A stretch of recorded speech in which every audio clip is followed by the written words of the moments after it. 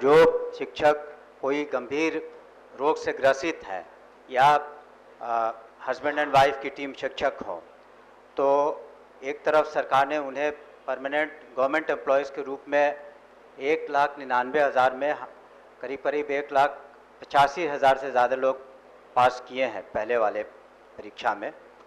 और तो उनको हम लोग मानवता के आधार पर जितना हो सकेगा हम लोग एडजस्ट करेंगे। ऐसा कोई हम लोग हार्ड एंड फास्ट रूल नहीं बनाएंगे कि बिल्कुल किसी का अगर कैमूर जिला है तो वहाँ पर उससे उनको उठा करके हम लोग किसी दूर दराज के इलाके में दे देंगे। यहाँ तक कि हमने ये भी कहा है, मैं सदन को बताना चाहूँगा कि जिला के अंदर भी अगर कोई, जैसे कैमूर जिला ले लिया जाए, तो उसके पहाड़ी इलाके में भी जब किसी को आप पदस्थापित करते हैं तो उसका उम्र का भी ख्याल रखा जाए, उसके बीमारी इत्यादि का भी ख्याल रखा जाए।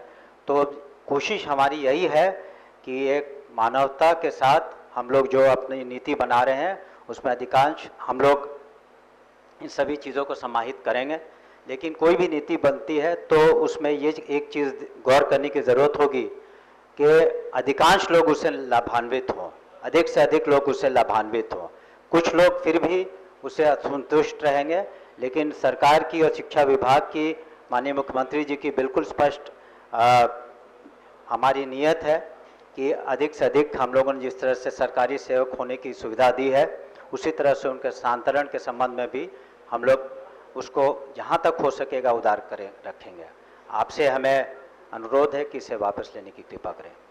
महोदय, माननीय मंत्री से हम कहना चाहते हैं, उनको उनके संज्ञान में हम देना चाहते हैं कि जो भी हमारे बीच जिन शिक्षकों की बातचीत हो रही है, जिनकी चर्चा हम कर रहे हैं, उन शिक्षकों का अब जो है रिटायरमेंट का स्टेज आने वाला है। बहुत सारे उनमें ऐसे शिक्षक हैं जिनका कि रिटायरमेंट का स्टेज आने वाला है। कोई किसी का सर्विस 5 साल बचा है, किसी का 6 महीना बचा है, किसी का 3 साल बचा है।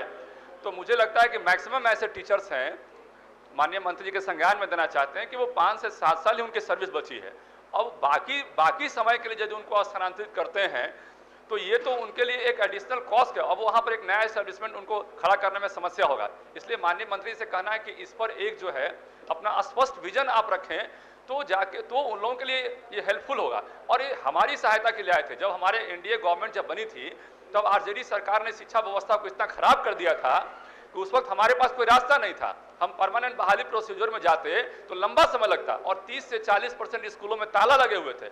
और वैसी स्थिति में जिन टीचर्स का हम लोगों ने अपॉइंटमेंट किया और जिस परिस्थिति में अपॉइंटमेंट किया, तो उनके साथ हमारा कहना है कि न्याय होना चाहिए, या पुस्तकालय अध्यक्ष हो या नियोजित शिक्षक हो, जो